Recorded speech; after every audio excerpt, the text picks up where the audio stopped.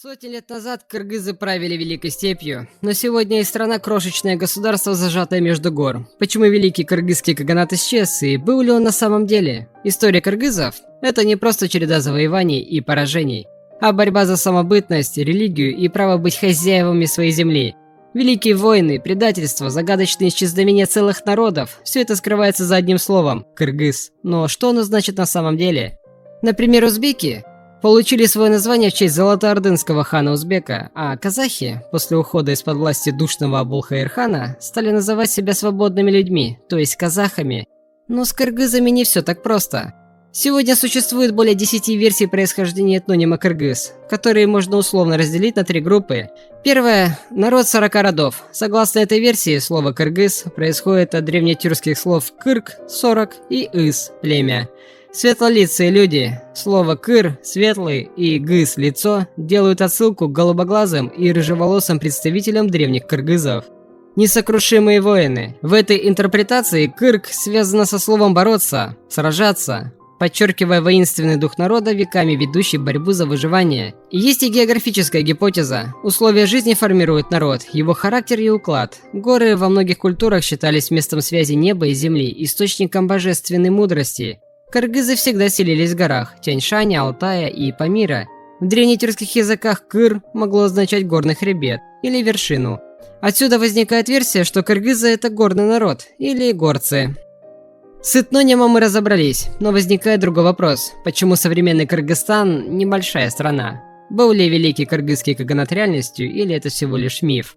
Востоковед Василий Бартальд в своем очерке «Кыргызы» писал о могущественной военно-политической силе восточной части Великой Степи – енисейских кыргызах. Их существование подтверждают письменные источники, археологические находки и фольклорные данные. Например, в китайской летописи династии Тан говорится о кыргызах, чьи владения по размерам равны второму тюркскому каганату. На востоке они доходили до Байкала, на юге до Тибета, а на юго-западе до земель карлуков в Семиречье. Еще одним доказательством существования кыргызского каганата являются памятники древнекыргызской енисейской рунической письменности, найденные археологами в Туве и Монголии, например, суджинская надпись. Ну и, наконец, память о былом величии народа хранится в кыргызском фольклоре. В эпосе Манас рассказывается о славном прошлом предков и о могучем хане кыргызов Ногое. Но давайте вернемся в самое начало.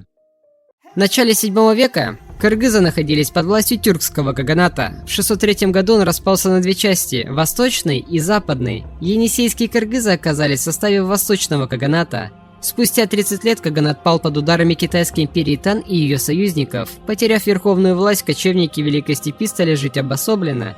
Кыргызы начали активно участвовать в международной торговле и культурном обмене по Великому Шелковому пути с другими кочевыми народами, Китаем и Тибетом. Это повысило их статус на международной арене.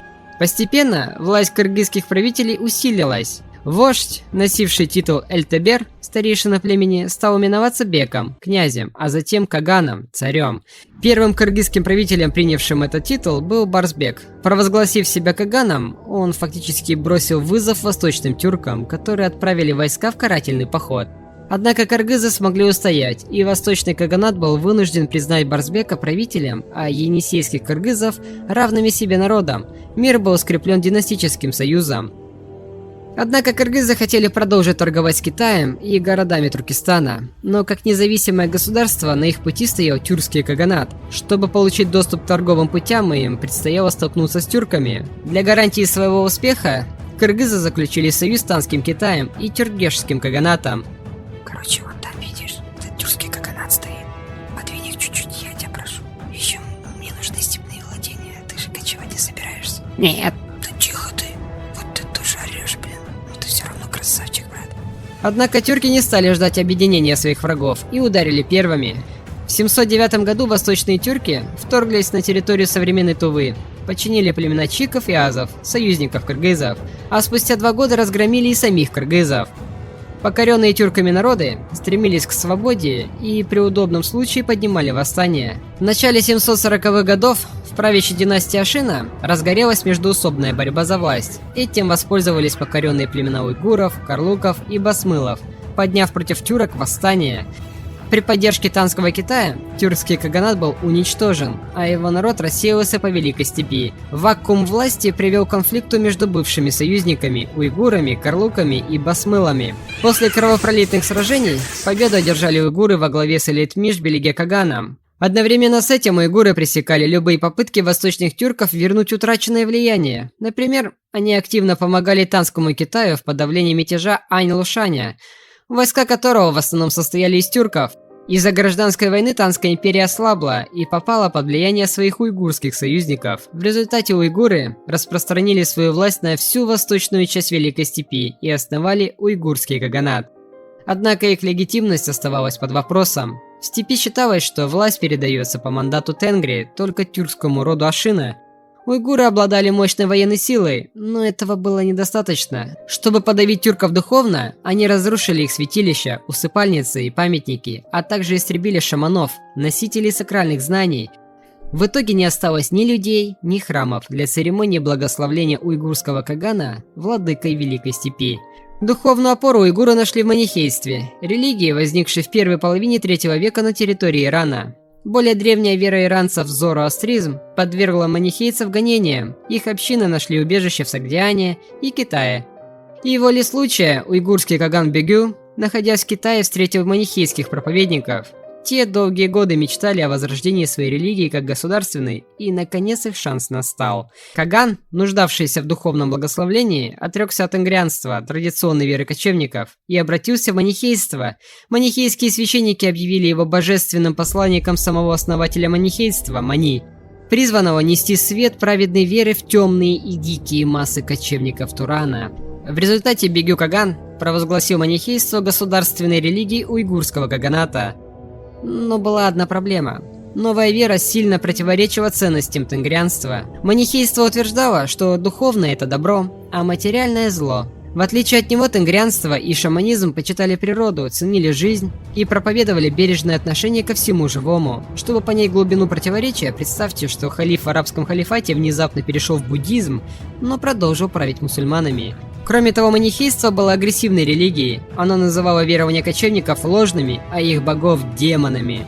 Впервые в истории манихейцы обрели государственную поддержку и, используя военную мощь уйгурского каганата, начали распространять свое учение на новые земли и народы. Манихейство угрожало полностью разрушить кочевую культуру Великой Степи, сложившуюся за столетия. Если раньше войны между уйгурами, енисейскими кыргызами, карлуками и другими народами шли за власть и ресурсы, то после 795 года борьба приобрела исключительно религиозно-идеологический смысл. Избавление от манихейской заразы стало главной целью кочевых народов Восточной Великой Степи. Вызов манихейцам бросили енисейские кыргызы, которые за этот период накопили значительные силы. Кроме того, борьба против чуждой идеологии позволила им сплотить вокруг себя многие другие кочевые племена. 20 лет шла война с уйгурами с переменным успехом, однако 840 год выдался неурожайным, обильные снегопады вызвали массовый падеж скота, а затем голод и эпидемии среди уйгурского населения. Уйгурский каганат пал. Победители уничтожили манихейские храмы и молельни, сожгли священные тексты и изгнали проповедников. На месте бывшего уйгурского каганата енисейские кыргызы создали свое государство, вошедшее в историю как Кыргызское великодержавие или Великий Кыргызский каганат. Однако, в отличие от древних тюрков или монголов Чингисхана, кыргызы не продолжили свои завоевания. У любой войны есть цель. Цель кыргызов была свергнуть уйгуров и уничтожить манихейство. С этим они отлично справились и вернулись к привычной кочевой жизни, наладив торговлю с Туркестаном и Китаем.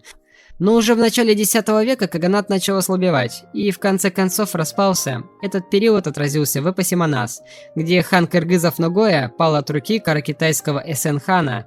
Еще одной причиной упадка стала очередная засуха, вынудившая кочевников покинуть степи и откочевать в вечно зеленый Саяна-Алтай. В последующие века кыргызы столкнулись с экспансией киданий, основателями династии Ляо, а затем с монголами. В 1207 году все уделы средневековых кыргызов выразили покорность Чингисхану и добровольно вошли в состав Монгольской империи. В середине 13 века они оказались втянуты в междоусобную борьбу чингизидов, выступая на стороне Арик-Буги и Хайду против Хубилая и чагатайских ханов. Начиная с 9 века, кыргызы постепенно перемещались на юг, в сторону Тяньшаня, где ассимилировались с местными тюркскими племенами. Они сохранили свое название – кыргызы, но их язык и культура изменилась под влиянием тюрко-монгольских народов региона. В 15-16 веках кыргызы неоднократно упоминали среди племен, обитавших в горно-лесных районах Моголистана. Их называли лесными львами Моголистана. Кыргызские и могольские племена на равных правах входили в состав формирующейся могольской народности, но этот процесс так и не завершился. В итоге произошло разделение. Одна группа племен сохранила название могол, другая стала известна как кыргыз. Спустя время моголы растворились в казахах, кыргызах, уйгурах и узбеках. В начале 16 века кыргызы заключили военный союз с казахами для борьбы против шейбанидов и ойратов.